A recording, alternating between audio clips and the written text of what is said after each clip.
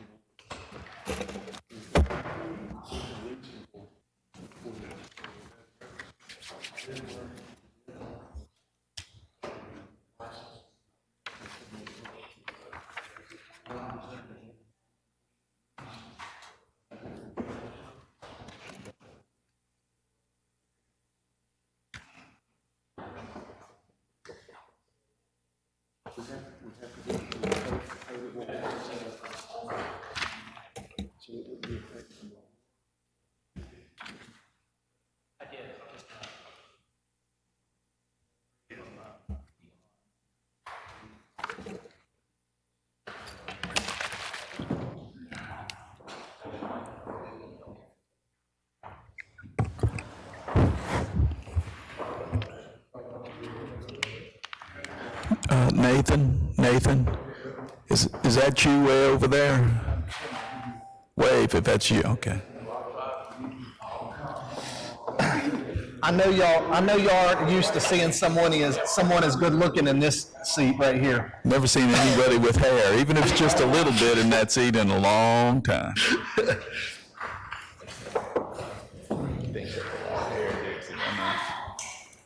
And to me it is.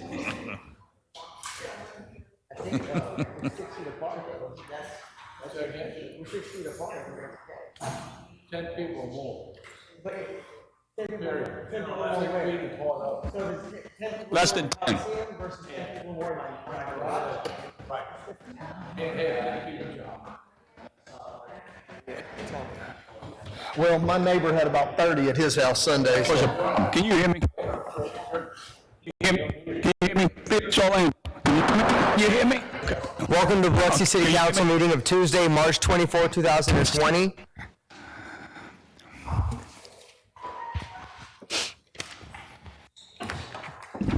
Do I have a motion on the agenda? I got a motion by Councilman Lawrence. Do I have a second? I'll second. Seconded by Councilman Barrett. Any discussion? Did you want to suspend the rules first? We have some additions and deletions. Do I have a motion to suspend the rules? Motion by George Lawrence. That was a second. Seconded by Paul Tisdale. All in favor? Motion carries unanimously. You want to read additions, Michelle? The policy agenda, we're adding item 4H, resolution affirming emergency memorial proclamation of executive order to aid in curtailing exposure to COVID-19. Policy agenda, we are also removing item 4C. You need this. Ordinance to amend the code of ordinance, teacher and recreational district to provide a process for special events permits. The consent agenda, we are removing item 5E, resolution 2220.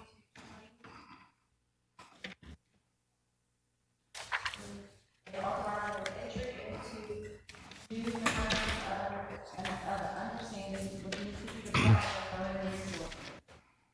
We are removing item 5F, resolution authorizing entry into a new memorandum of understanding with the Department of creating a capital project in regards to 10 capital project census for we're also including item 5G, resolution authorizing entry into a professional service agreement with Covington Civil and Environmental. Thank you, Michelle, and I apologize for calling you Michelle. I forgot your new married last name. I was going to call you Ms. Freskovich, but I froze up, and Michelle was all that would come out. Peterson. Thank you, Ms. Peterson. She got married? All right. 6 feet apart.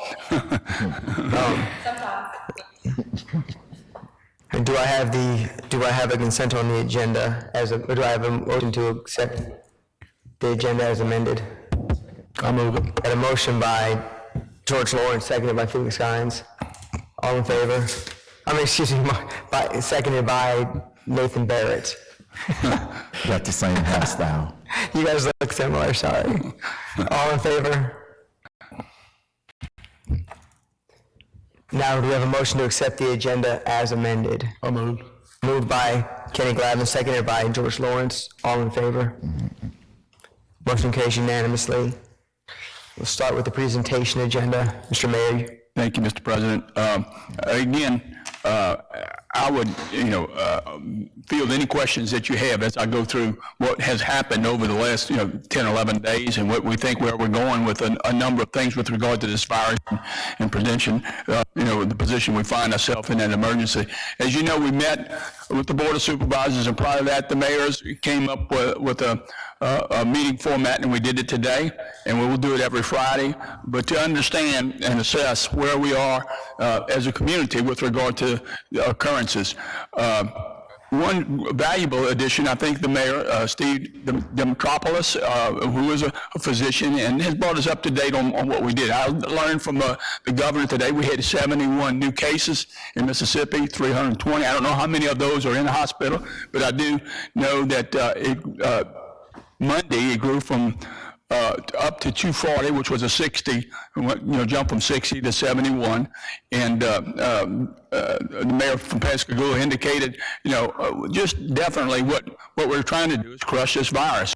We're taking measures to, 10 or more is a problem, 6 foot, wash your hands, those kinds of things. We can crush this in a number of weeks, not months. And so that's our intent. As you know, the hit we're going to take is going to be very, very good, very strong, and we're actually getting our data together.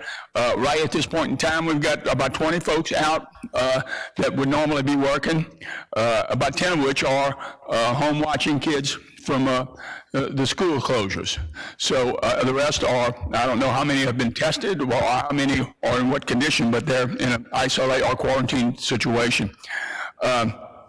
Again, we're hopeful that we can take the measures. Sometimes, the one thing that was on everyone's mind was the curfew, and the general consensus that a 24-hour curfew really can't be done. Even a curfew less than that would cause people to gather up. And I think the main problem right now is with the grocery stores and just gatherings that would bring people closer than 6 feet and not pay attention.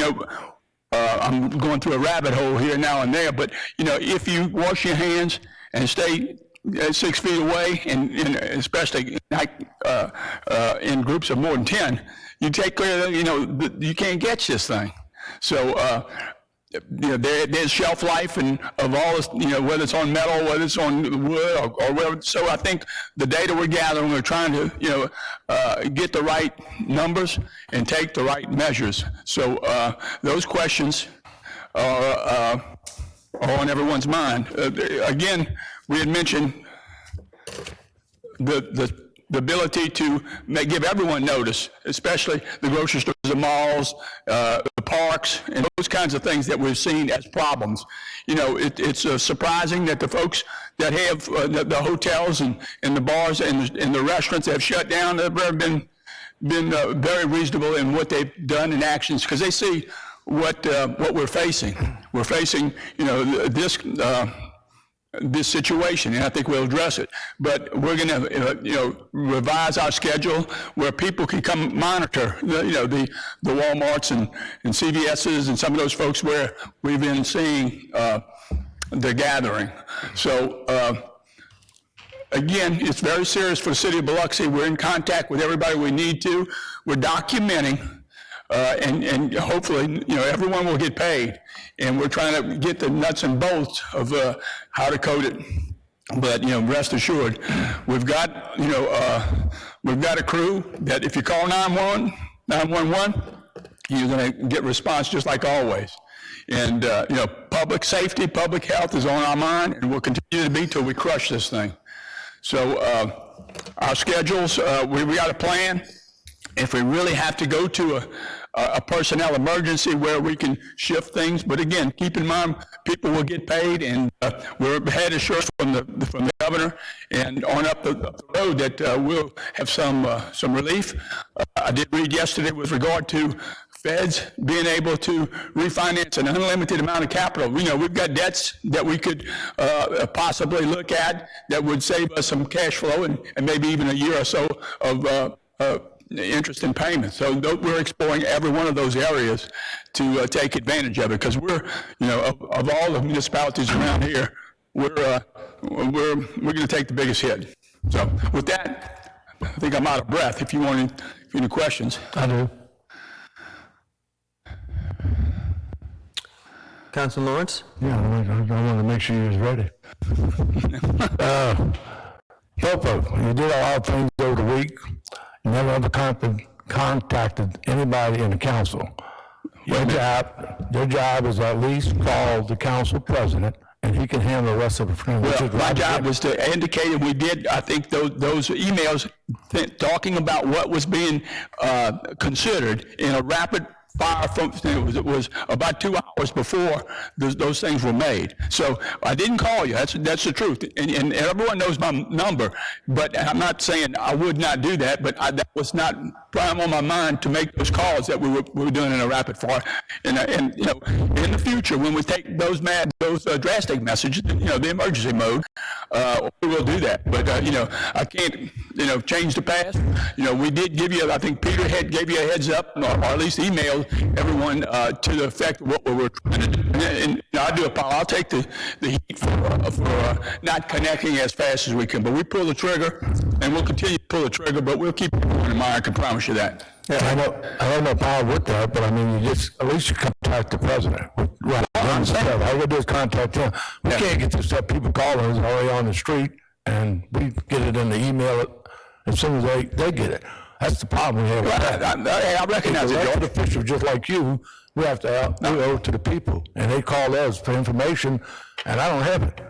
I mean, that's not right. That part is just not right. So from there, like you said, that's done. From now on, you make sure you contact it. Not all of us, at least the president, and he can contact us. Certainly. So, the other thing you're talking about, the problem with the gathering at the park on side of the visitors center, there 19 homeless people eating. So what are we going to do with them? No, we're going to take care of that. I'm just saying, they're all over the I don't know street. where we're going to take them, but we're going to take care of that. 10 or more is a problem, and we'll take care of that. In whether they're homeless or not homeless, we're talking about measures that I think Councilman Glavin said with about sanitation, even with those folks in mind. But it's part of the plan, and we need to address that. People have volunteered, I think, time and material, so to speak, to handle that. But 10 or more is a problem, and we have those emergency powers in order to make sure that's not a problem. Somebody just needs to pay attention, because those you're talking about washing your hands and being clean, that's not exactly the cleanest group in the world, you know what I mean? So, I mean, that's something you definitely need to pay attention to. Yeah. I was going to request this during my council report that you at least contact me when there's a heat at the moment situation, so I can inform the rest of the council and we can be armed with the information necessary. But further, if you could arrange or send us maybe a daily council update, a brief of things that have gone on, so we can be kind of in the loop. I understand that we're under a state of emergency and you've got to take certain actions necessary to protect the citizens and the residents of the great city of Biloxi, Mississippi. But if we could just get an email giving us an update of what's going on, just a daily update. And if there's nothing to update, that's even better. But in the case that there is, please provide us with a daily briefing, and we'll be great. It's our commitment, and we've done it a couple of times, to get an update, what's going to happen, and pretty much at 3 o'clock every day. And we'll be happy to give you this email of the text that we'll be putting on the YouTube page and do it in Studio B upstairs. So, but I'm happy to do that, and I think the more accurate information, the more people will be in a comfort mode to do the things we're asking everyone to do. Again, we're going to take reasonable decisions. Clipping back to the curfew thing, it was Mayor Schaefer and a lot of folks have said that, it won't work for them and it won't work because it actually pushes people to gather at one time. Again, we've been asking managers of the malls, of the Walmarts and the grocery stores that, this is an issue. I know the Abbeville talked about the ammunition that's being sold at the sporting goods stores and all of that. But anyway, there's a lot of, I think, good cooperation in concert with the mayors, and the mayor of Lucedale was on this phone call. So, their gathering spots are like Walmart. We don't have the park, they don't have the parks, we don't have the beach that we have. Again, some of the things that were mentioned the other day, the Friday before last, when we attended the emergency meeting, was, the conditions, what will help, and what was mentioned, and I asked for further clarification. This virus has a problem with high temperature, with high humidity. We certainly have that right now. So, want clarifications on what conditions will be favorable for us and what actions we can take that will be favorable for this outcome. Again, our intent is to be reasonable, cause, the fewest amount of problems for everyone as possible, and to shut this down within weeks, not months. One more question I need to ask him. Can you wait till your council report? Please, I can do that if you want. Yeah. What's that? Mr. Mayor, finish your report, please. I'm sorry? Finish your report, go ahead. Yeah, that pretty much concludes my report. I'm open for questions.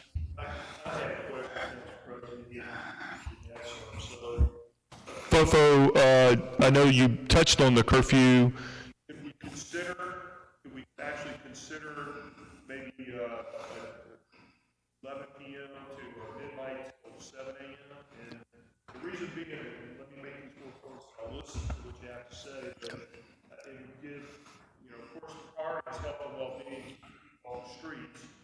It allows families to have additional facts to their teenagers, and they can say, listen, there's a curfew, you got to That's right.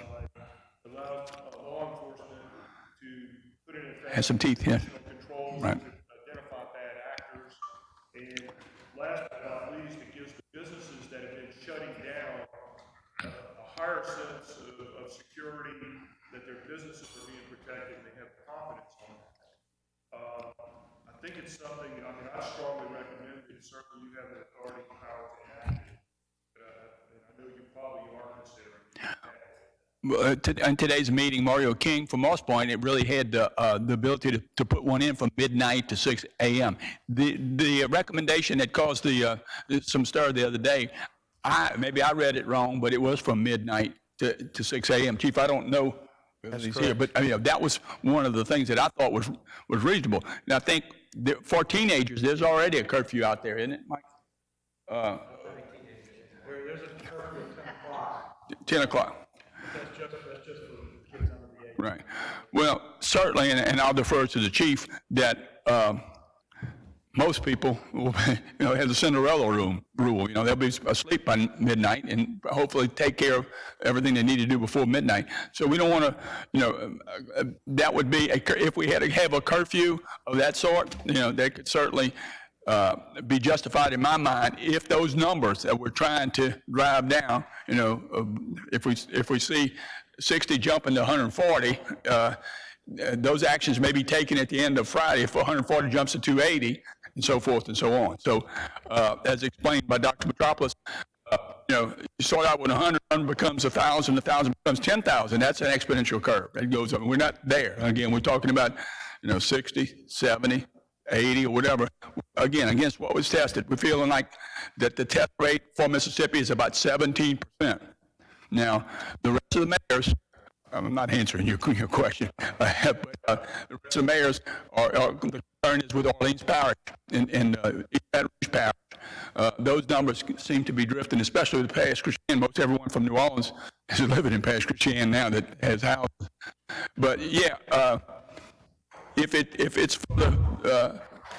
for the good and it makes sense, I'm for that. We're all for that. And I will, before things of that nature will roll out, I can promise you I'll contact each and every one of you. Mr. Glavin, does that conclude your question? Yes. Are there any other questions for the mayor regarding this? Mr. Mayor, you can. Me? Ms. Newman? My concern is after your proclamation on Friday, it still seems that many stores that are, gathering more than 10 people are still open. So what about that? And also, a big concern for me is the airport. And they're still bringing people in from out of town, which most of the people that have been infected, of course, have been out of town. Sure, like Florida did for people coming from the tri-state area. But they're still bringing them in, so, well, anyway, who's supposed to be enforcing this? So if the businesses are gathering more than 10? Biloxi, we'll be proactive, and maybe you'll see some of our firemen that are normally inspecting at those various places, and maybe we'll have some additional sanitation to go along with it. We're in that planning mode at this point in time, and to shift gears to address those what-if kind of games. Mm-hmm. Yeah. No, it's certainly a valid point. If people are coming in and we don't know with what. Mm-hmm. And like the email I sent to you too about the homeless, I mean, that, if they're carrying it as well and they're walking around all the businesses downtown, so I don't know, maybe we need to be passing out some sanitizer to them or something. That's right. It's something. We had a couple of volunteer folks that are talking about that now. We had about 400 of them in that position all across the city. And I don't know if Waste Pro has some touchless sinks that we can maybe set out for the homeless to use and things like that. I don't know. Well, but we need to be proactive on that. The one effort was if we put them in one spot, all of them are coming in one spot. So we need to have a little strategic plan on where they are. Mm-hmm. So it's not an easy thing. It's not easy, no. Yeah. Thank you, Mayor. Thank you.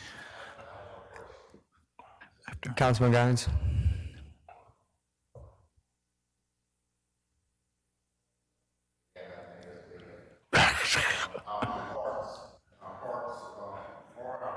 I know the Parks and Rec is closed. Are people allowed to go in the park? Yes. That's one of the things that hopefully now within over less than 10. Yeah. Again, same thing with the beach. The beaches, I think the Board of Supervisors agree.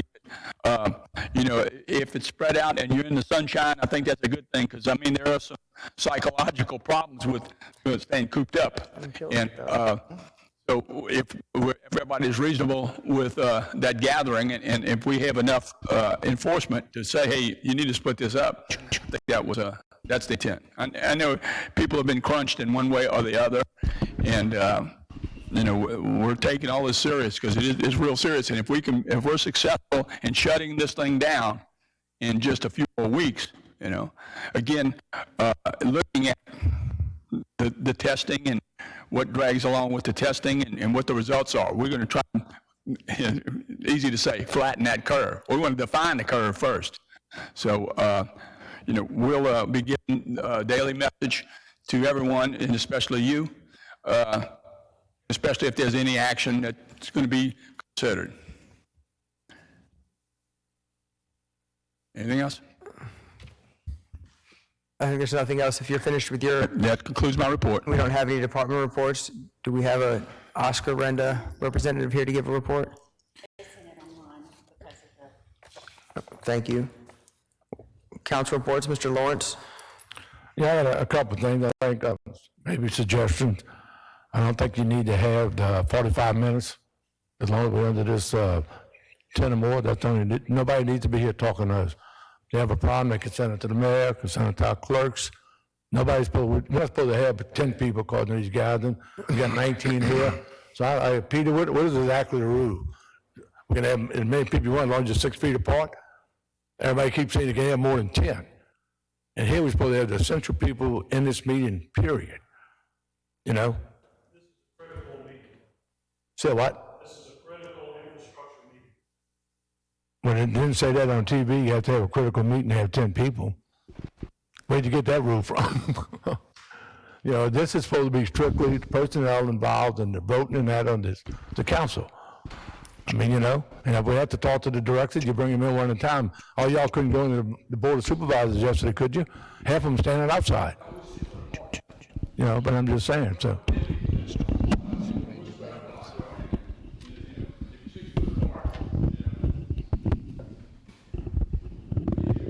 No, I'm just trying to get all this straight here, you know, that we're supposed to be in there, you're not supposed to be in there. That's all I'm trying to find out. You know, we can't tell everybody else not to have more than 10 people, and then we can have 20.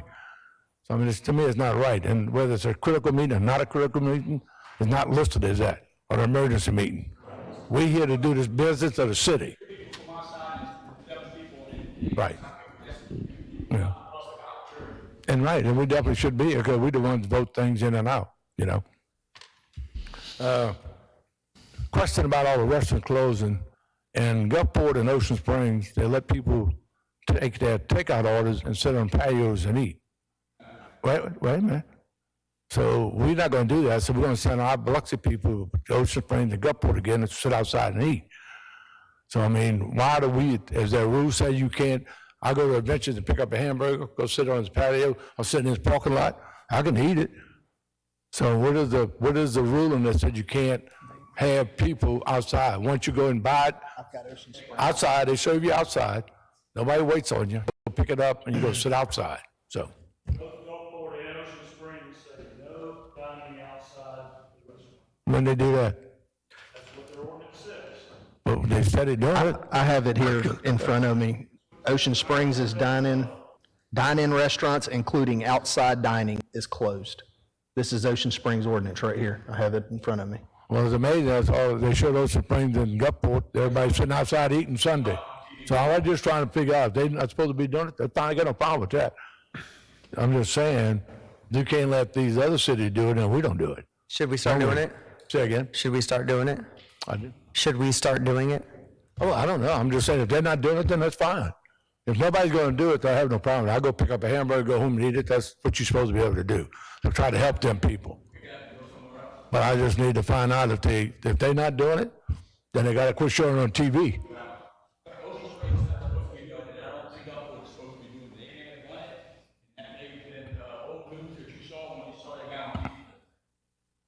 Okay, and you talk about catching this disease. There's 5 entries into your body. Little medical stuff for y'all. The nose, 2, the eyes, 2, and the mouth. And the mouth is the biggest thing to create in germs. So that's the 5 entries into the body to pick up any kind of diseases, period. That's the only way you can get them. And the mouth is the worst one. The mask that people wear is actually backwards. The doctors wore those masks to keep the bacteria in and not spread it to the people they're operating on. So the idea with the mask is not really the purpose. I mean, medically. That the doctors use that in surgery so they don't breathe out the bad stuff. It's actually to keep bacteria in, not to exclude them coming in. So that's the medical lesson. The other thing is, the people with the curfew, I don't think you need a curfew. If people pay attention and do the right thing for the city and the state and the United States and stay home. And stay home for a couple of weeks. And the only way you can spread this thing, me passing you, I'm not going to get it unless you sneeze or cough on me. Just passing somebody, I'm not going to get it. Where they get with the 6 feet, I really have no idea where the 6 foot come from. But I mean, the easiest way to do is to stay home and do that as an American citizen to help the United States. That way you can get the economy built back up. You can't keep the economy shut down and just break the world. That's not the purpose. The purpose is to stop it from spreading. If everybody stay home for a couple of weeks, then it'll stop it. That's how you do it. I mean, this is about the 3rd time since I've been in the medical field we had one of these events. You had the Ebola, we had the influenza. These things happened before. This is the first time they ever did this to stop the spreading. You know, everybody said, well, you got new cases coming up. Yeah, because they're checking people now. The more you check, the more you're going to find. Well, it will peak, and you stop the curve is the key. You know, Washington is already starting to drop off the curve. They was the first started a month ago. I got a nephew who lives in there. 6 weeks ago, they sent him home, said he had to work at home. 6 weeks ago, before we ever got into deep, because they knew that's how they did it. So, I mean, that was just some of the stuff that's going on. I just want to pass that on to y'all about how you get in your body, and keeping your hands clean is the key, and touching your face, but everybody does about 150 times a day. I didn't realize how much I did that, you know. Just like everybody else, you never realize until you wash your hand. I have to have some lotion, my hands are getting dry, you know. That's it. That's all. Thank you. Well, I guess I'll go ahead and tell myself then. So with the proclamation you sent out, I read it and I didn't notice that it said you couldn't have outdoor seating, which we do have some outdoor seating, but it's, separated and people kind of just stagger. I haven't had a whole bunch at one time, so I didn't see anything wrong with it, but it's the only thing helping my business as well. So I don't see a problem with it as long as you keep the rules. 6 feet apart, only less than 10 people at a time. That's just my opinion. Well, Ms. Newman, it is your time for the council report, so if you'd please continue. Done. Councilman Tisdale? Yes, just a couple of things. First of all, I appreciate the mayor. Whenever I've asked to meet with the mayor or put in a call to the mayor, he gets right back to me, and I've had a couple of questions during all of this, so I just want to remind everybody, certainly feel free to pick up the phone and call the mayor if you have a question, or stop by and see him and talk to him through his window. I ask this question periodically, and it's that time again. Where are we on the homeless issue? And as I think someone mentioned earlier, it kind of complicates our matters here, and when we're trying to suppress the transmission of this virus. But are we any further down the road towards maybe a transition and assessment center or anything along those lines? Yes, I mean, there are a couple of other channels with a different place. We had indicated a little bit about the old Mercy Cross and that building there, but there was also brought to our attention regarding something up off of Seaway. And Mary Simons, I think we've had somebody jump in, Peter, if you can add some addition, but there's another place, I think it actually belongs to utility authority property that is not in anyone's backyard. It could be an alternate to the property we were talking about, establishing some sort of assessment center with 20 years of lease, so to speak, so that Mary Simons and the coalition can actually go for, some permanent grant or some grants to get us to the level we need to be with as far as assessment and the movement to temporary housing and a solution for that. But that's where we are at this point in time. I really haven't touched it in the last few weeks. And on another associated issue, I had someone in my board call me this morning, and with the move or the shift in the homeless population from East Biloxi now to the west, and that's periodic.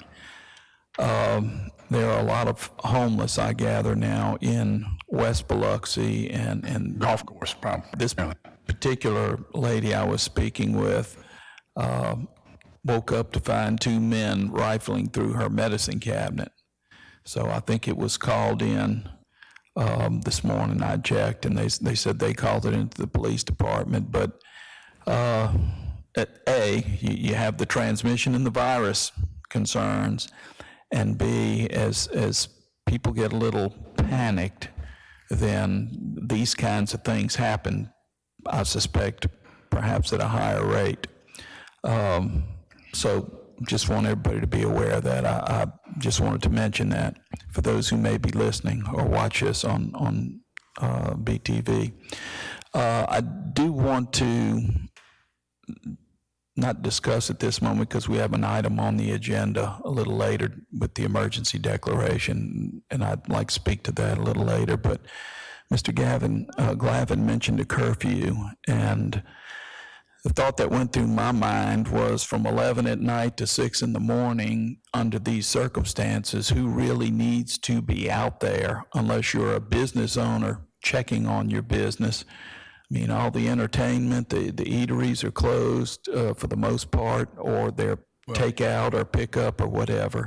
Let me respond, if you will. I don't mean to take you off the path, but there's a tremendous amount of DOD folks on and around Keesler, as well as Ingalls, and those contractors need to be going. Even the people from the U.S. District Court had some concern about that, even that 12 to 6 deal. So there are some other considerations not really apparent, but they are, and I've heard from them also. So I mean, that's another consideration. But you hit the nail on the head. If you're not one of those folks, more than likely you're not going to be on the road. But without, I don't know what your intentions would be. Right. I don't know how we do that, within the framework that we have to operate. Well, the other thing I think deals with terminology, and if people can be out for essential services, then you have to have some idea of what essential services are. Yeah. You don't go to Walmart at 2 a.m. to get cough medicine necessarily. But anyway, I'll address some other concerns I have a little later. I would say that there are more considerations than are apparent about that, even the 12 to 6 kind of deal. And that's a purpose of discussion. Yeah. Thank you. That concludes my comments. Councilman Ryman. Yeah, first and foremost, again, Mayor, you're in unprecedented times, and you're doing your best to lead and get the information out, and I applaud your leadership. This is the time for all of our mayors and all of our aldermen and councils to support the work that you're doing, and these are tough times. They're going to get tougher, ain't no doubt. But you're a tough cookie, and I know you're gonna do a great job, and we're all going to support you.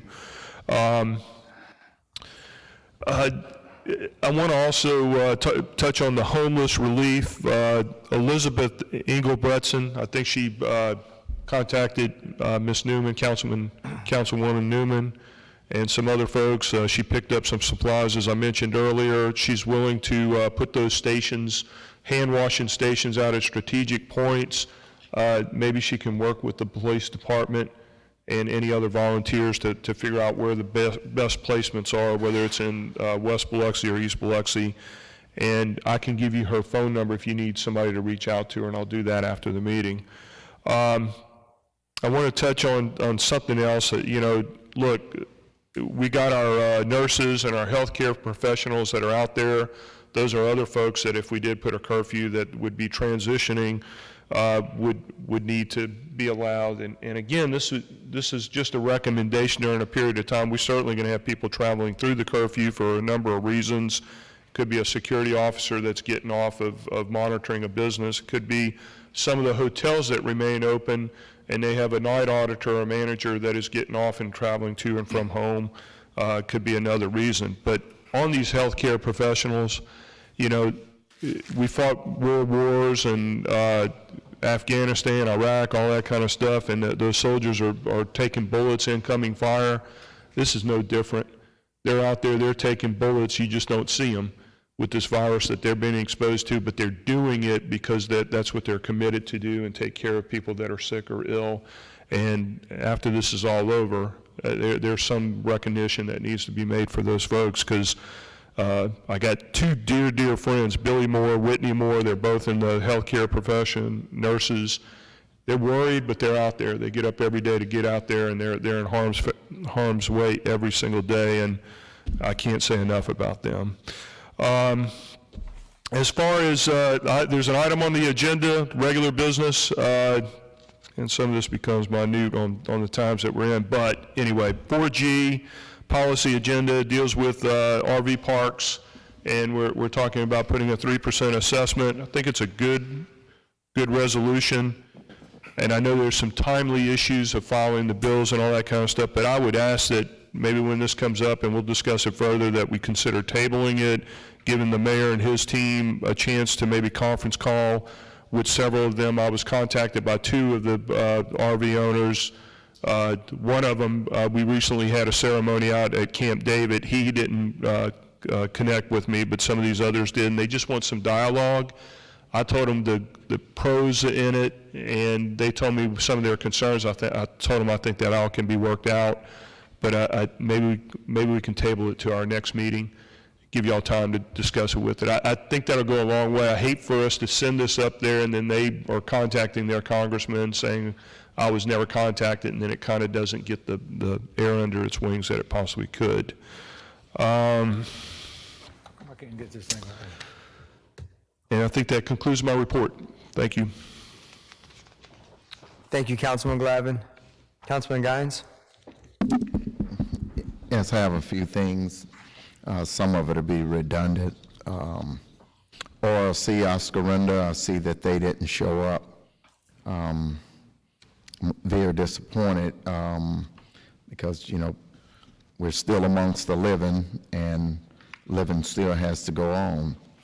And I had some concerns about no work activity. I don't see Walt in the house here either that has some questions. We still need to get those projects finished. And I think Peter mentioned critical infrastructure.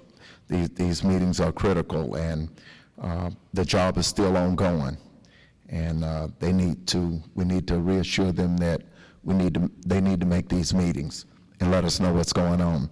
We're still years behind in that area, so I want to continue to push that and not let the people down in that area. We touched on the homeless already, so I won't go back on that. That is very, very critical that we address that. And just the rest of it is food for thought about the parks. I'm very concerned about our youth that are out there. You know, the people are not taking this very, very seriously.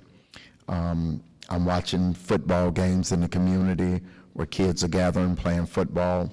I'm watching more than 200 kids in our parks, and that's why I brought up the parks to you, Mayor.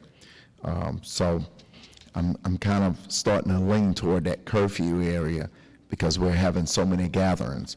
I'm starting to have concerns about our youth because they are running around, and there are a lot of them that are running around unsupervised. So I'm very concerned in that area.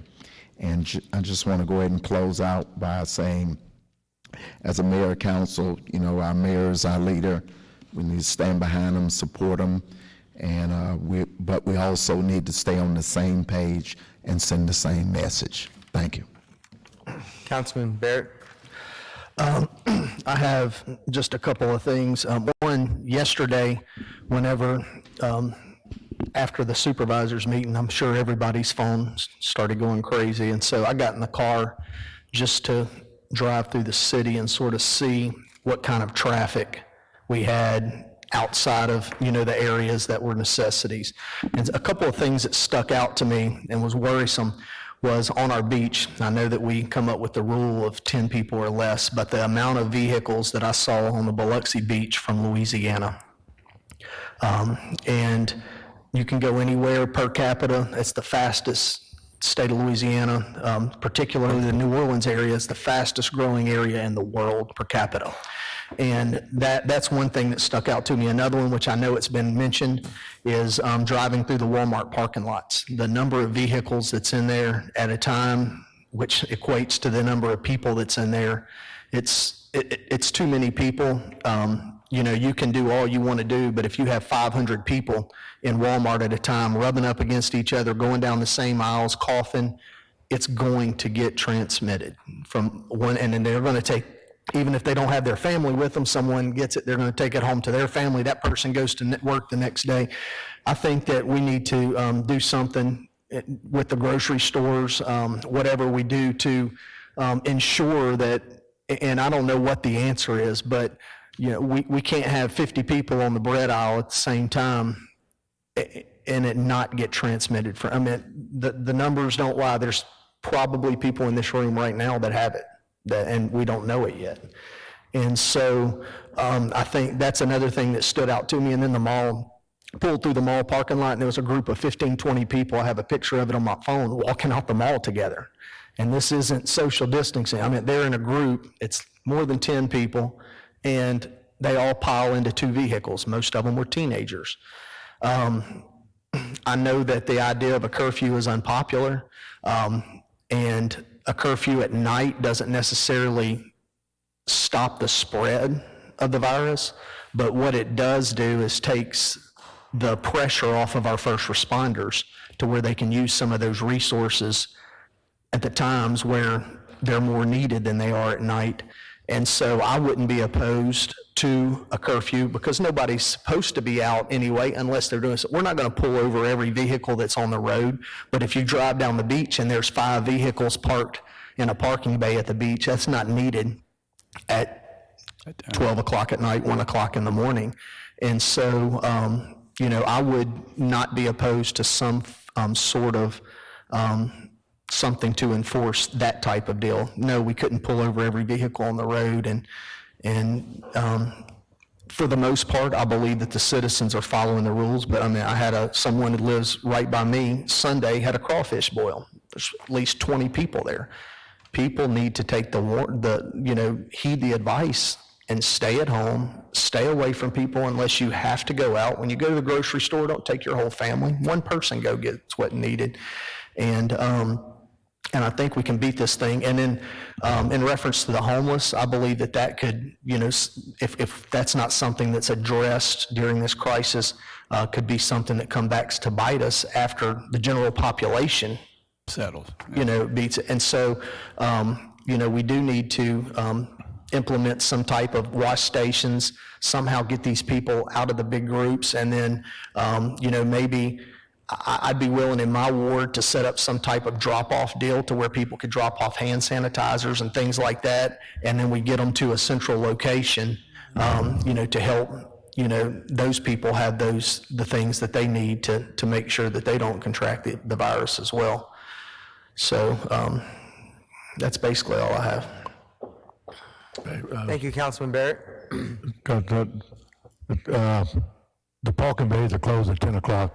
So you can't be in there anyway, on the beach. I was just using, I didn't know that, but I was just That's using that as a reference. Anywhere, a mall parking lot, anywhere. Well, I was just talking about the beaches, but the bays are shut down at 10 o'clock. So the people been parking with the trailers and stay there all night, so that's been passed before. And one other thing that I would recommend, I know that we have the digital signs that we pull around. Everybody doesn't, especially the ones coming into town, doesn't know that we have a 10-person or less rule on the beach. Yeah. So I think that putting those out on the beach, as well as some signs, we put them about traffic, maybe put some out, stay at home unless just to reinforce the message for the people that are out, reinforce that message. But if we could put some of those signs out on the beach to, 10 people or less, rule, I think that might help with people that aren't aware of that. That's all. It is. Thank you, Councilman Barrett. Councilman Guines, I know you had a question for Walt. He just walked in. If you wanted to address him now. No, I'll catch him later. Let me say one thing. We're all after the same thing. And I know Mike and I took typing class. Anybody take typing class? Yes. You take, Brother Michael, take typing class? How'd they measure? What did you type? Now is the time for all good men to come to the aid of their country. So, that's it. And women too. That was funny, wasn't it? I either didn't pay attention enough in typing class. Well, they want to say how fast you typed it. You typed that as fast as you I can't can. remember that one. Oh, man. Okay. Thank you. Well, I guess that only leaves me for the longest council report session we've ever had in the city of Biloxi. Mr. Mayor, I don't have much for my council report. I just wanted to address again, the communication is important, and I know you have the YouTube and things like that, but it's imperative for us to get the information before that, because when people call us, the last thing I want to say to them, which I've had to the last couple of times, is hold on, let me read what you're reading first. Right. And just, if you would send us an update, a daily council update, just to let us know what's going on, what we can expect to occur, and what we need to inform our residents of, or what they're about to hear. Other than that, I have nothing further, and we'll move on to our public agenda. Now, we don't have any typical public in here. There may have been anything sent in to announce to the city during the council reports? I know some people have talked about sending in things to say. Has anything been sent in? No, that had to be, other than what we actually, the signage we're going to be placing in places, and as well as the digital opportunities to let everyone passing through. Let me say one thing too, that what we're talking about on the beach, we're at 26 miles of beach, and whatever we do, we need to do in concert with everyone else to say, hey man, just not pushing things around, pitch from one place to the other. I know Chipper and Pass Christian are paying attention to the Orleans. Of course, half their ad valorem taxes is based on Louisiana homes and stuff like that, or people from Louisiana having homes over there. But we will, do things that make sense, that really won't cause more problems than what they're trying to solve. One question. I'm thinking, the county, the sheriff's office, Right. Are they responsible for what happens on the beach? I mean, we hear generally that the beach is the county's responsibility. I think we have authority on the county, on the beach too, right, Chief? We have full authority in the county, sheriff department, so that they would not be enforcing it. Well, that's going to make it a little more complex to keep groups of more than 10 from going from point A to point B. Once they leave one city limits to go to another city limits, it sure would be helpful if the county would assist at least on the beach. Just an observation from a county taxpayer. Just bring it up today on what we've done. We set up 2 things. One is burglary detail, because it's closed business, so they'll be working all night, doing nothing but going from business to business, making sure that there's nobody trying to break in. Second, set up a detail of officers that will do nothing except cruise the beach to make sure that there's not any people together. After hours, they'll go over to the burglary details. Thank you, Chief. Thanks, Chief. Thank you, Chief Miller. Is there anyone else in the room that would care to speak? There being none, we'll move on to the policy agenda. Ordinance A.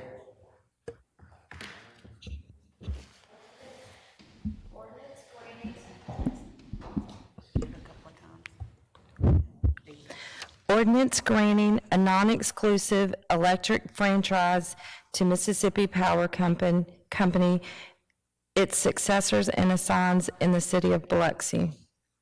This is a first reading. Do I have movement? So moved. I'll second. Moved by Paul Tisdale, seconded by Felix Skynes.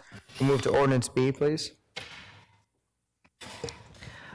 Ordinance amending sections 542, section 5417, and adding an excerpt to chapter 5 of the Code of Ordinance.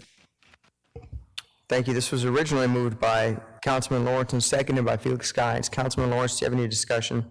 Is this just updating to match the national code with electricity?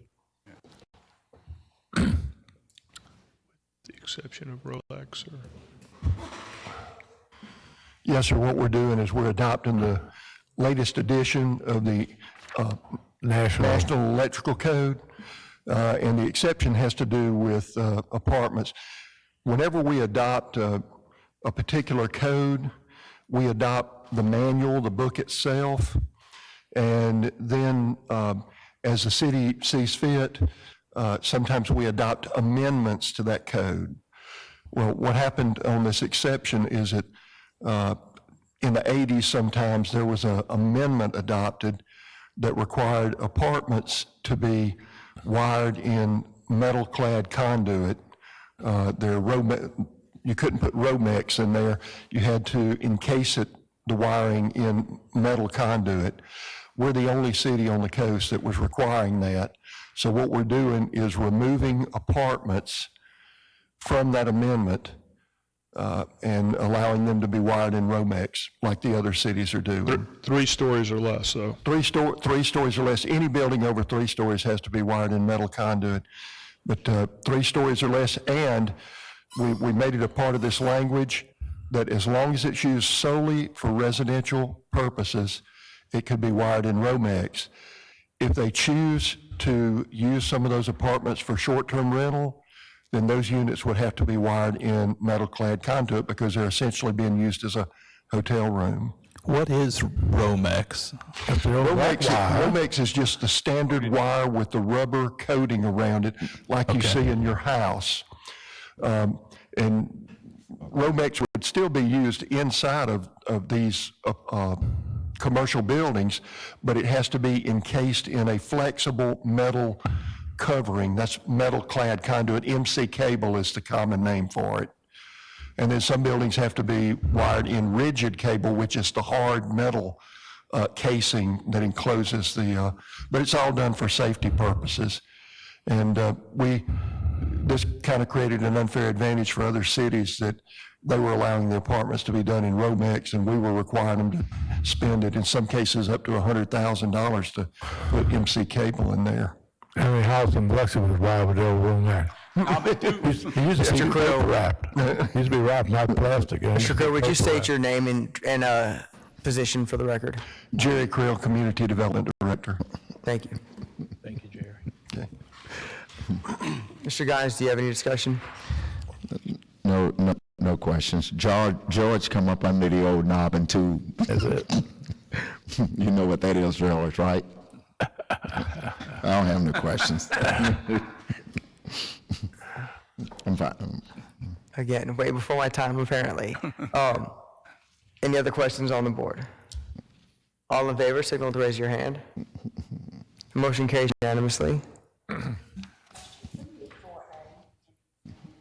4A was moved by, I believe it was, I moved it and Felix seconded it. I'll second it. if we'll move to ordinance C, please. Been removed. For the meeting. We'll move to resolution D, please.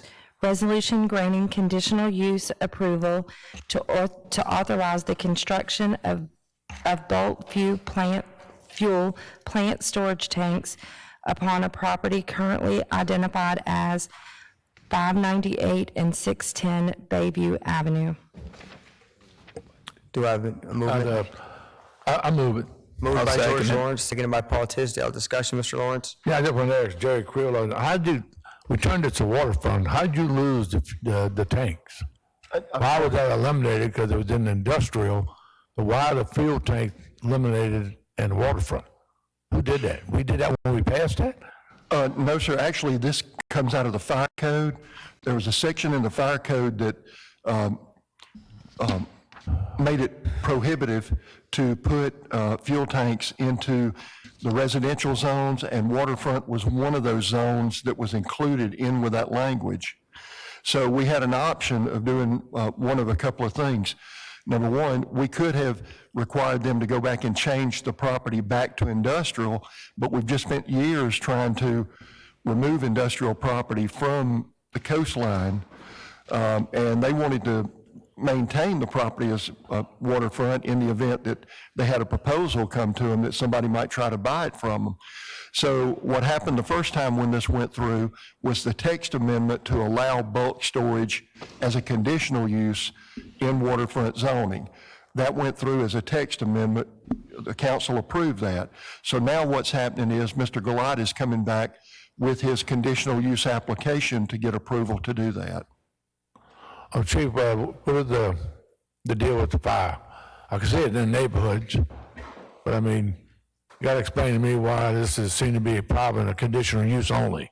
As Mr. Creel stated, when it was industrial use, it wasn't a problem to have a 500 or even a 5,000 gallon fuel storage tank there. But when you change to waterfront, there is an opportunity to have hotels and motels and casinos, and we did not want these large fuel tanks stored right next to a hotel or a motel. And so that's the fire code's issue with it. Well, so if we build this and somebody buys the property next to it, they can't build a hotel there? If they buy the property Not next piece, to it, another piece, say, close by. it depends on the distance. There's And a what is that? distance, I don't know, I'd have to look it up, but at this point, there is nothing around that property. You know exactly where it is, right? Yeah. I understand. I'm just trying to go for the next step, you know? Like you said, we pass so many things, then we get in trouble for the next one. But yeah, maybe 1,500 feet, I don't know, maybe be something where they could build the hotel. I don't know. Them tanks blow up, just, they take care of a lot of area. They do, but let me ask the chief something, you know, back when this was zone waterfront, was 2000 what? 1? Yeah, 2000. Okay, so conditions there have changed, and I think this is not extraordinary, and this is what is to accommodate the expansion of the processing that will go there. I think this is more than reasonable to do this through conditional And that's use. another reason it's a conditional use. If the conditions change, then certainly we would have to look at the use of the property. And so that just leaves opportunity for both, for them to be able to use this piece of property without changing the type. The whole picture. Or they could be required to build concrete blocks Around the tanks. And see, they do have it at the harbor, but they're underground, and that's very expensive. Yeah, I to think the do. quantity of thousands of gallons, it puts it in that category. So, I mean, to do the refueling and do the processing that they need, this is, I think, more than reasonable to allow this. That wasn't the problem. The problem was always the next step. Doing Well, this you now, talked passing this about the now next is step. fine, but that's why we always constantly changing and going back to these things in case something happened 2 years down the road. There was no I'm not- constant not just changing saying- about it. Listen. I have no problem with them doing it there because it's fine. I'm saying those are the problems you have when you pass some of these things 2 years down the road where it changes, everything changes, time changes, land changes, people change. So that's all I'm saying. Not saying anything against this. I'm just telling you that's what you got To to watch answer when you your, do these to things. answer your question, if for some reason they built waterfront property next to it, that's part of the conditional use. They understand that would have to go away. That fuel storage tank would have to Accommodated go with the away. structure around it. Right. Thank you, Chief That's Boney. like that, so it's up to them.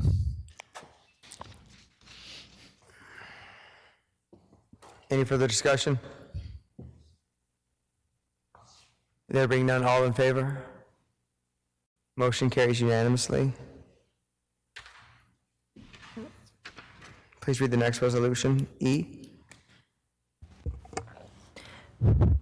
Resolution granting minor subdivision final plat approval for certain defined property upon Camel Drive. Do I have a motion? So moved. Moved by Kenny Glavin. Do I have- Second. Seconded by Paul Tisdale. Mr. Glavin? Jerry, you want to talk about the reason we're doing this? Right now, you've got one large piece of property that's got about 50,000 square feet in it. It's zoned RS10. They're dividing it up into 2 lots. That's all this is. And both of the lots meet or far exceed the requirements for RS10 zoning, so it's a very reasonable request. Thank you, Mr. Creel. Any other questions? No. Councilman Tisdale? Nothing. All in favor? Motion carries unanimously. If you would, please read F. Resolution granting conditional use approval to authorize the establishment of dormitories upon a parcel of land identified as 9032 Wool Market Road. Do I have a motion? I'll move it. I'll So moved second by it. Councilman Barrett, seconded by Paul Tisdale. Councilman Barrett, discussion? Not really. This is, I went to the planning commission meeting on this, and there was a lot of misunderstanding about this originally, but once everything got cleared up, no one had an issue with it, so we're good to go. Councilman Tisdale? I have nothing to add to that. Mr. Creel, do you have anything to add? No, sir. We had some people at the planning commission we thought were going to be in opposition, and none of them spoke against it. So once it was explained, I think everyone was in agreement. Any further discussion? All in favor, please signal with the raise of your hand. Motion carries unanimously. G, please. Resolution requesting the Mississippi legislature to adopt legislation to levy a tax. Do I have a motion? I'd like to move to table until our next meeting to allow the mayor to talk with the RV operators and owners. Do you want to, we've got to put it on the table to move it. Can we put it on the table? Yeah. Kenny And I'll second it. Kenny Glavin moves it. Felix Guines seconds it. Mr. Glavin? Same comment, if we could move it to the next meeting, allow the mayor and his team to talk with the operators and get some questions and concerns addressed, and then we can talk about it at our next scheduled meeting, if that's okay, Let me Mayor. just weigh in on the deadlines here. Yeah, this had been considered by us for, several months. The practical deadline for local and private acts for us to submit this to the legislature is April 3rd. So we don't really have a meeting between now and April 3rd. The intent of the language is something we would submit to them. They wouldn't take this up until mid-April, late April. We don't know the status of how they're really, they may well extend all their deadlines, but, we would ask that we kind of rule on this today. They do want it to kind of be unanimous, or it won't really have a chance.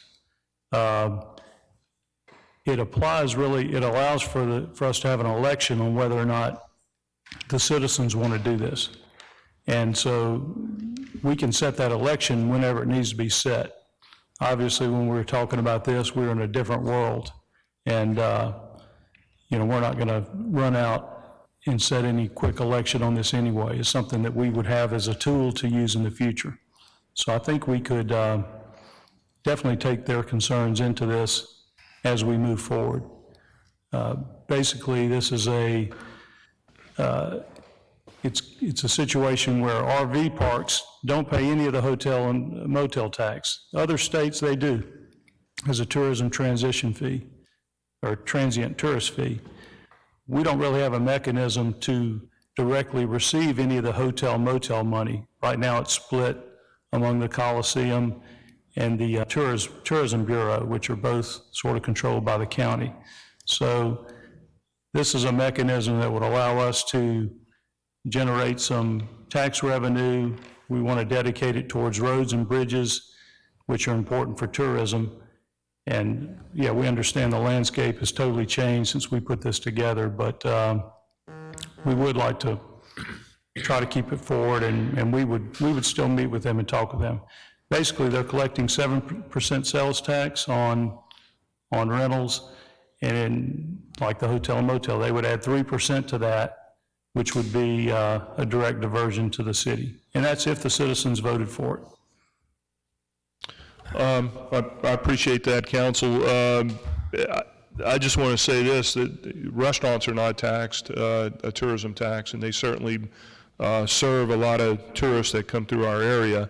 I like the idea that we're considering it a tax on the RV park. I don't have a fundamental problem with it, but the industry should have a little bit of input and engagement before we just slap this on there without addressing any of their concerns. I don't know if we can accomplish that. I'd hate for us to vote on this today unanimously, and then for some reason they don't get an opportunity to chime in with some of their concerns, and then it gets filed, and I guarantee they're going to be contacting their congressman if they feel they're shut out.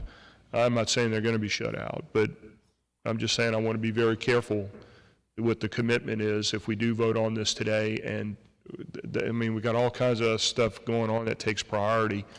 Will they have an opportunity to conference call in, speak to the mayor's team, get their concerns? And I think they probably would go forward with it if they understand it. Maybe there's some other things we haven't thought of. So, I mean, that's my perspective with it. I've been involved when we passed the Coliseum tax and the tourism tax, and we increased it, and we use part of that money for promoting tourism. The other part goes to support the Coliseum. So I know the mechanisms of how all that works, and I know the politics of how all that works as well. So I just don't want this to get kind of sideways with that industry that should have the courtesy of having some engagement. Mr. Glavin, do you have a motion on the table? To table? I do, and possibly if it does get extended because of all this virus stuff going around, then maybe it all works out from a timing standpoint. Otherwise, bring it back and we'll see if we can get it next year. I'll second that motion. There's a motion on the table. I actually second it. Did you And- second the motion on the table? Yeah, he moved it, I seconded. No, and- you said, you motioned to put the On the item on the table, table. yes. But he moved to table it. He moved to table it, I seconded it. Oh, you did I second? thought we were into the questioning part. So Okay. I thought, Go when he ahead, started talking. go ahead. Yeah, and I'm kind of like you, Councilman Glavin, that, I'm in favor of it. However, I don't feel like this is the right time, especially with what we got going on now. So it would be hard for me to support a tax when we're going through this situation we're going through right now. So that's just kind of how I feel about it. But I do think it is needed, and it's something that should have been done. But at this time, I couldn't support it because of where we're at. Well, there's a motion. Can I just ask council one more question? Do we have a projection of how much we feel it would raise? Do we know kind of? Well, there's a, before Yeah, before all this. we're roughly $500,000 a year. Okay. That's good. Listen, I think if you have some discussions with them, I think you'll come up with some new ideas, and hopefully there's going to be an extension of some of these filings based on everything that's occurring, and then we can accomplish what we want to accomplish. I asked our community development director to be able to answer the question, just how many RV parks do we have in Biloxi? How many are on the board, too? Like to know? If you'd like to know, he'd like to tell you. Okay. We've got 7 that are actually RV parks. We've got 3 that are kind of a combination RV park, mobile home park. They have some RV spaces within the mobile home park. And we've got 3 that are under review right now. How many pads? How many actual spots? I don't have that information. I didn't have time to gather that, but I can have that at the next meeting. Or Okay. email it to you. Okay. But, again, let me add too that it's time to be thinking about these things because this is on the growth. I mean, it's going to grow, and just like a lot of things that we did with tourism and call service, and there are a lot of issues that will be coming up regarding the new business we hope comes here. And the numbers that were talked about are in line with Florida, in line with some of the other folks that that have these big dollar pre-votes on stuff. That would not be a problem for them. So from Texas to Florida, I think, we should be ahead of the curve, and I think this gives us an opportunity to put on when it's most graceful, at least get the mechanism to the legislature and some thought about what we want to do. We're the place we want people to come.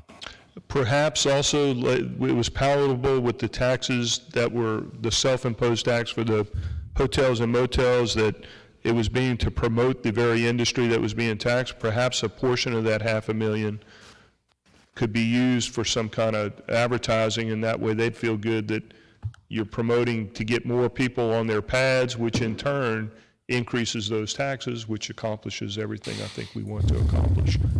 Thank you. Could I ask a question? Councilman Lawrence? How do you separate the mobile homes from the RVs?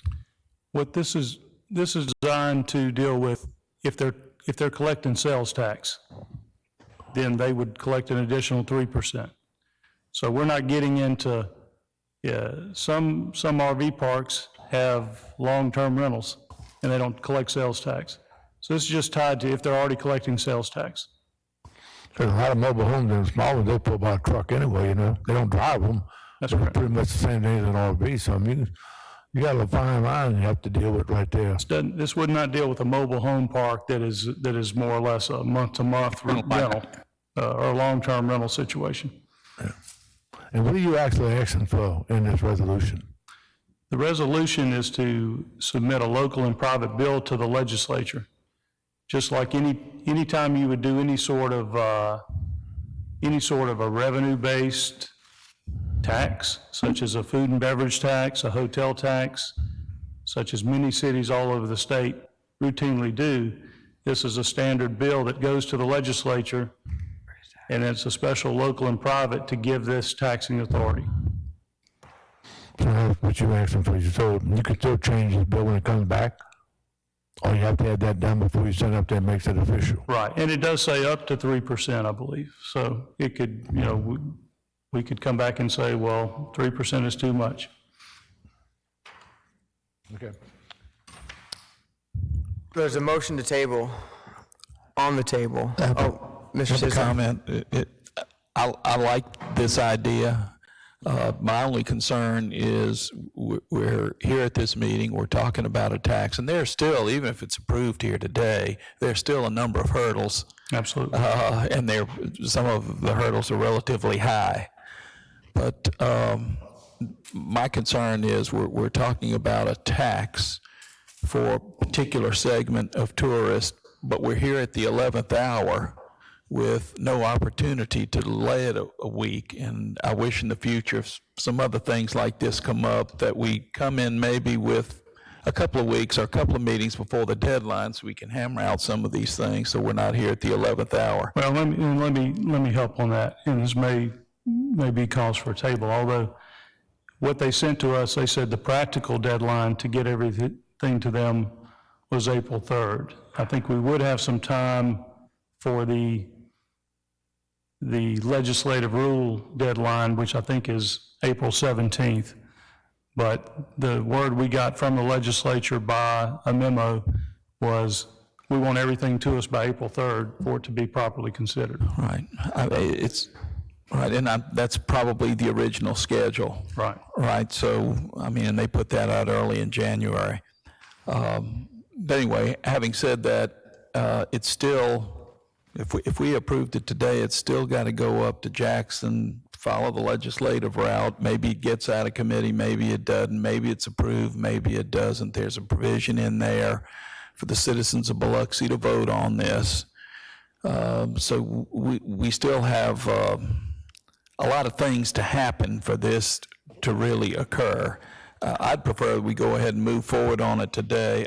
I would vote not to table it, but to move forward at this time, given everything that is going to occur subsequently. Thank you.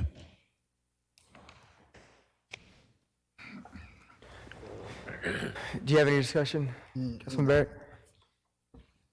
That's it. There is a motion to table on the table. Call for the question on the motion to table. All in favor? All against? Dixie's out of the room, so. Motion carries 4-2 with Dixie Newman out of the room. The item is tabled, subject to call. 1 week, 1 week, or to the next meeting, 2 weeks. next meeting, 2 weeks, next meeting. Correction to the next meeting, the next scheduled meeting. The next meeting is April 7th. That's the first Tuesday in April, which will be past the deadline, which may or may not change on the state legislative end of this. So I'll just make that observation. Thank you.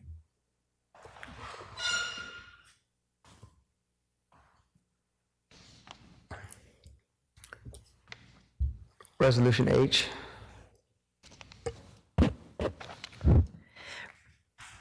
Resolution affirming emergency mayoral proclamation of executive order to aid in curtailing exposure to COVID-19.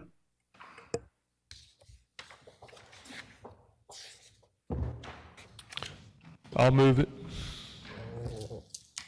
I'll second. Moved by Kenny Glavin, seconded by Nathan Barrett. Kenny Glavin, discussion. I think we've all read through it. If the mayor wants to elaborate, I think you did at the beginning of the meeting, but if you have some additional thoughts? No, not really. I think it's our intent to do the most prudent and the most expedient way to curtail this virus and get on with this, within the constraints we're operating. I think it's measured, your proclamation is a measured approach based on the information that we continue to get, and I don't know why we wouldn't support the elements that it entails. Councilman Barrett. I would just like to say one thing. Today, Governor Reeves came out and he basically said all non-essential people stay home, and he made it a mandate, the 6-foot rule. We have businesses that operate that aren't shut down, that may only have 2 or 3 people in the business at a time, that those people operate, right next to each other for instance, tattoo parlors, beauty shops, things like that. Is that something that we're looking at? Because the 6-foot rule is not being, there's no way for it to be applied. To shut it down, we need to shut this virus down, stay 6 foot away, and I think we would encourage it. Onesies and twosies, you know, if there's an opportunity to insert this for all the protection of the citizen and people who, you know, may run through that business, we'll do that. Okay, that's the only question I have. Any other questions? Councilman Tisdale? Yeah, I just want to make a few observations. In looking through this, we had talked about a curfew, and I think Mayor, correct me if I'm wrong, your position is we really don't need a curfew yet, you feel? Right. But personally, I feel like we should have a curfew from 11 at night till 6 in the morning, unless there's a valid reason, perhaps an essential need to be out and about. And the exceptions could be noted. If you're going to work, that's an essential need. But I think we need to restrict or be a little more restrictive than we are now. And by that, I mean we have to make people understand that except for leaving their home for essential needs, they need to stay at home. Just in looking at the news and looking at some models I've seen online, the reported coronavirus cases double about every 2.5 to 3 days. So I don't know what the count is in Mississippi right now. 320. Yeah, today, so we had 71. Yesterday, we were at 249, so 71 new cases, which is about a 28% increase. All right, so look at maybe if this holds true to some of the other models I've looked at and some that I've seen either online or on the news, by Friday, probably going to be double that. That's typical. As the number of cases in the reported cases increase, I think and I think you would all agree that there would be an increased need for restrictions. That is, if the number of reported cases doubles every 3 days, in another week or 10 days, we're looking at several thousand now. Well, if that's an exponential, you know, 60 went to 71, we'll see, by the end of the week, it's our intent to take a look at all of these. You know, the exponential that the mayor from Pascagoula talked about, that 100 becomes 1,000, okay? Right. And 1,000 becomes 10,000. That's the exponential. We're at 7, we had tested 1,872 people, and since this rollout, it started with 1, and now it's at 320. So a week at a time, you'll see, I think the amount of testing, the result is 17% of those who are tested have a positive, condition. I don't know how many of them are in hospital or how many of them are, at home, but we're certainly paying attention to the most effective way to keep that, if you want to say curve, because nobody's really explained a curve yet, but what I'm intending to do and report to everyone, see what it is tomorrow, see what it is Friday, and give you a curve. And again, I was encouraged with Dr. Dimitropoulos' looking at things, and we asked about who is the PP&E problems, and people are responding with one another, medical people, dentists to cardiologists on face mask and those kinds of things. But we want to be, not so much we need to restrict, we need to actually have a way to shut it down. And I think maybe restrictions is not the way to do it totally. It'll help without really causing more issues than it was before, is the way I would look at this problem. So I didn't mean to just back you. I'm just fearful. I look at Italy, and they implemented things incrementally, and they were never able to get ahead of the curve, of the issue of the curve. And I'm thinking, we don't know how much time we have. We don't know when the number of reported cases are going to peak. That's why I think the earlier we are more restrictive, I think the better off we will all be served.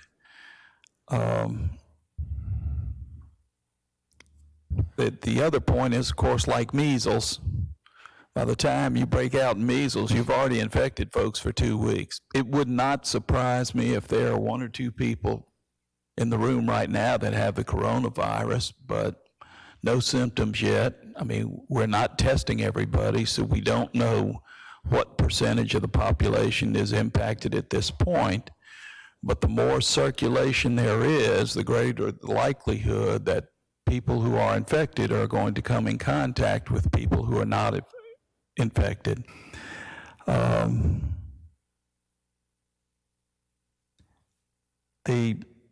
I guess that's all I want to say at this point. I may have some other comments, but Having said that, not yet. Not yet. Now, having said that, but the point I'm trying to make is we're all pretty comfortable now.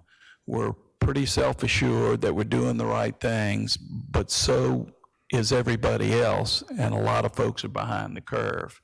And I would hate to see us behind the curve. Why?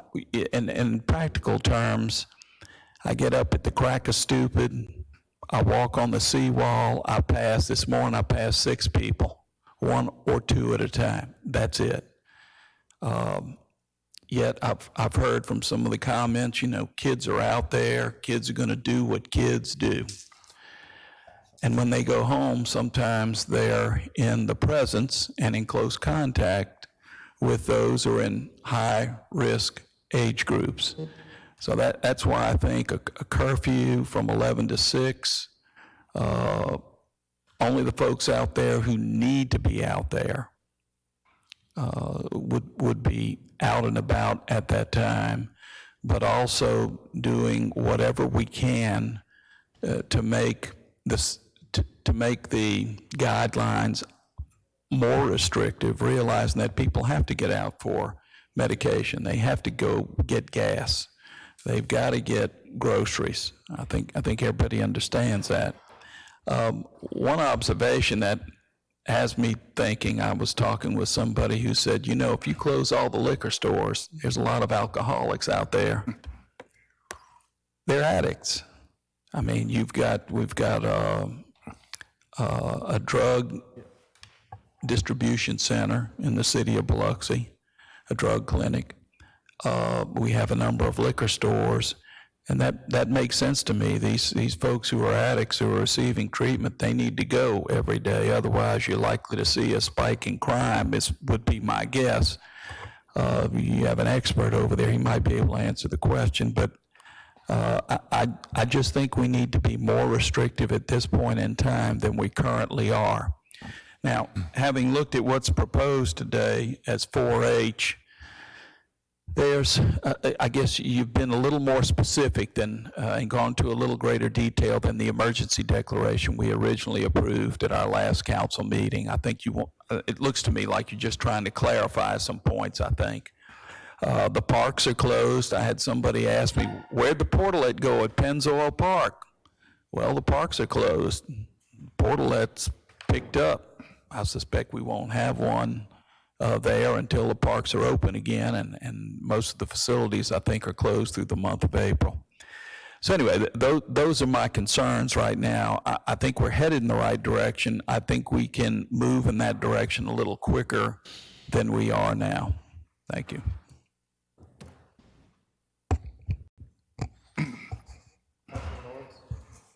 A couple of things. You can't compare us to Italy. Italy had a direct flight in and out of China constantly.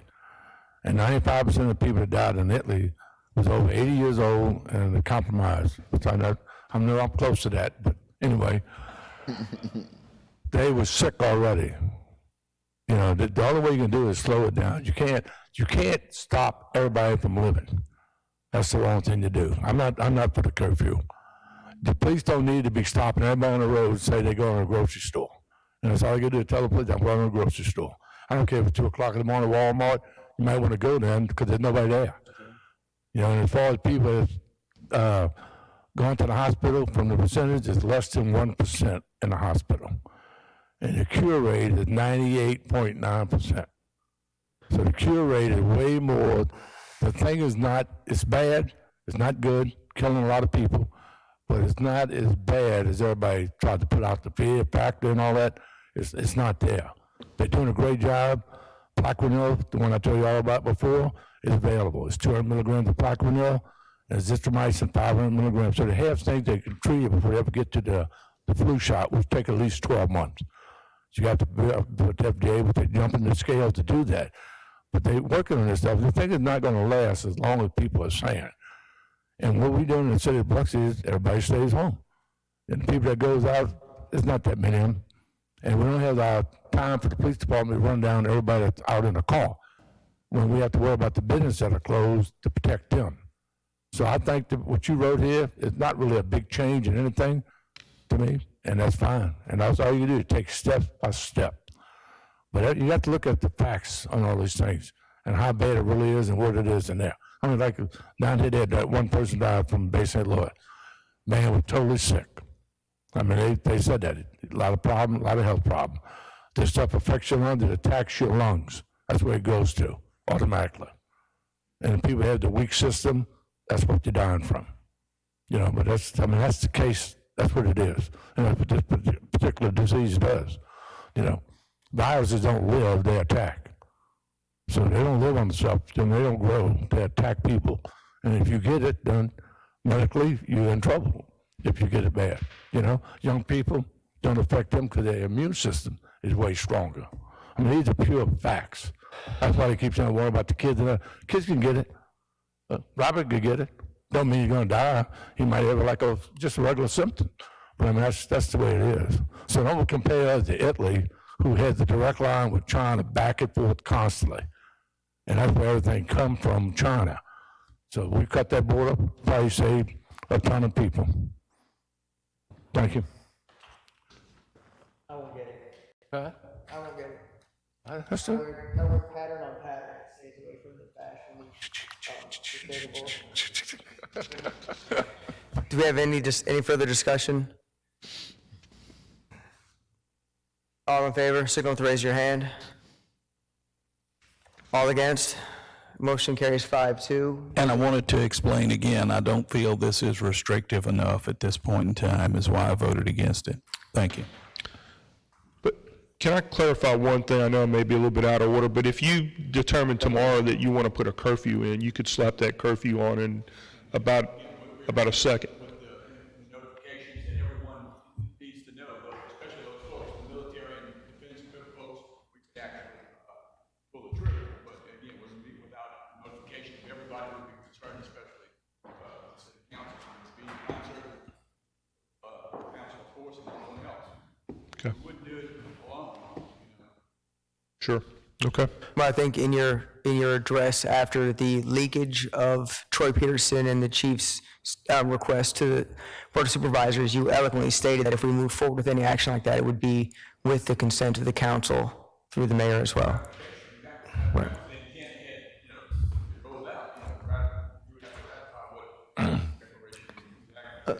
I have a question, which may be out of order, and this is directed towards the chief.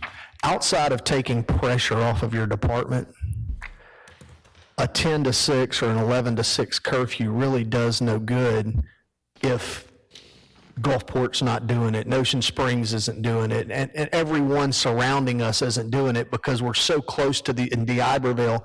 I mean, we're basically, although we're two separate cities, I mean, it's nonstop between these two cities. And so a curfew in just the city of Biloxi, outside of taking pressure off of your department, would be basically ineffective. Is that correct? Well, I'm very careful using the C word now, but yeah. Yeah, it would be better if it was coastwide, not just Harrison County, but coastwide. So if something's done, then probably the best measure would be something that is agreed upon by all the cities and the county at the same time, including going over into Jackson County and Hancock County as well, would probably be the best measure. Yes, sir. Okay, that's all I have. Chief Miller, out of curiosity, and again, we're all out of order, but I guess these are desperate times. So my order has gone out of the window all day today. Have you seen a reduction in traffic? Are people out? I mean, with Walmart and other places closed, the places that typically are opened throughout the evening, have you guys seen less traffic in the evenings? I personally have seen less traffic in the evenings. Okay. Yeah, and then, but there's other things like the Keesler Gate, that caused a huge traffic problem the other day, and it probably will in the future, so. But overall, I think traffic's down. Okay, thank you. We'll move to the consent agenda. So moved. Moved by Councilman Guines. Seconded by Councilman Glavin. Discussion on any particular item, Councilman Guines? I don't have anything. Councilman Glavin? Councilman Tisdale? Nothing. Councilwoman Newman? Councilman Barrett? Just that I'm excited to see I on the agenda. Ward 7 will finally be getting a park. Councilman Lawrence? To be enjoyed by people in groups no greater than 10. Yeah, well, hopefully we're beyond that when this park's complete. I'll start and then come back to you, Mr. Lawrence, unless you're ready. Yeah, I am. We have this thing again on Porter Avenue back on it. Why is this back on it again? Which item is that? That's A. We already did this once, so what are we doing again? That's the first one. Yeah, he's completed the project, and so we do these in 2 stages. First, we approve it, and then after he completes the project, we basically authorize the payment. So that's what this is. So you just sent him the check now? Yes. Okay. Peter, about how long, because the Just wondering what Economic that was. Security Development Fund is reimbursed from the property tax? Correct. And roughly, and I know it varies based on the value of the property and everything, but roughly how long do you think it will take, how many years worth of ad valorem collections to? Each property is different. This one will probably take longer because it was an existing structure, and it's more or less the improvements, whereas a new structure like the Fritz property would take about 5 years. All right. So this property might take 10 years, 12 years, something, okay. Probably 10 years. Just, thank you. I want to get an update on Peter, the mayor, on D. We have a change order with the Sanger. Would they like to know where they're at, what they're doing, and what the change order is for what? Addition? If you would state your name and your title for the record. Is it on? Yeah. Christy Labata, city engineer. This is a change order adding days to the Sanger's contract because there were damages to the utilities that were in the alley, and we had to work through those issues so they would be able to set up their scaffolding. Their scaffolding is going up right now as we speak, so So the utilities were connected to the Sanger? they weren't connected to the Sanger, but they're in the alley between the Sanger and the Barks Theater. The Sanger Theater and the Barks building, and so, that alley is very narrow. So Right. basically, the whole alley there were utilities all through it, and the pipes were all busted and cracked, and so we had to have come in and fix all the utilities so they can put their scaffolding on top of it, make it safe for them to get in there and work. That's my question. How do you attach that to the Sanger? Yeah, the city owns the alley. Okay, fine. How do you attach that to the Sanger? Well, because it had to be done before the work on the Sanger could start. So the scaffolding could go up for the repairs to the exterior of the Sanger. If we weren't doing the repairs to the exterior of the Sanger, all of this utility work would not have been necessary. Well, that's part of what the city gonna do this, are you billing this through the Sanger? You said the change, or you bill this through the Sanger money, or the city gotta put up the money? The change order work was done through, I believe, the Sanger project, but this doesn't include those costs. This is for, it might include some of them. Hold on, let me look and see. No, this is just for the days. This is just adding the days that it took for us to complete that work in the alley. Add that to the Sanger's contract? The contract, that's right. All right, Because we delayed him starting because of that work. thank you. You're welcome.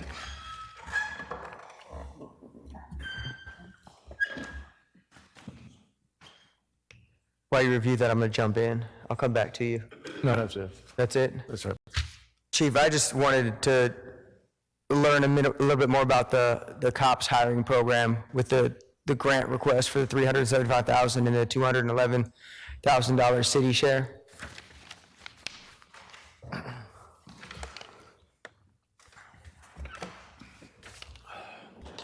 Yes, sir. We entered into the COPS grant actually in 2016 for a 3-year grant, and we were unable to execute it for several years because it depends on your manpower numbers. They have to be at a certain place before you can do it. We finally got there, and so they went ahead and implemented it for us. We've now applied for the 2020 grant also. So the 2016 grant was a 40-60 match, with us matching 40 to the federal government, 60% for 3 years. I think the new one is, I think it's a little closer to 50-50. Okay. Do we have this money set aside in the police budget, or is there something that we're going to have to generate money to put into? And look, I support this grant and the right. chief police force, but we still have to pay for it. Sure. So the 200 and whatever it is thousand that you're looking at there would be over a 3-year period. Okay. So we'll have to budget it each year in order to do it. Okay. Thank you, Chief. Yes, sir. Is there any other agenda items on the consent agenda for discussion? There being none, I'll call for the question. All in favor, signal to raise your hand, please. Motion carries unanimous. Is anybody in opposition to any of the items on the consent agenda? There being none, we'll move to the code enforcement hearings. We have none, so we'll move to the routine agenda. Do I have a motion on the routine agenda? I'll make that motion. Second. Motion by Dr. Tisdale, seconded by Councilman Lawrence. That's it. That'll work. Questions, Mr. Lawrence? Yeah, Walt, are we doing good this week, money-wise? Not this week, the other week, I think I reported we received $630,000 from FEMA. Currently, we have $758,000, step 4 or 5. And our city attorney is working with FEMA to release substantial amount of traffic laws from FEMA. So we're working through some additional monies that are owed. Thank you. Any other questions on the routine agenda? There being none, all in favor? Motion carries unanimously. Recess. Do I have a motion to adjourn? So moved. Moved by Councilman Tisdale, seconded by Councilman Lawrence. All in favor? We stand adjourned.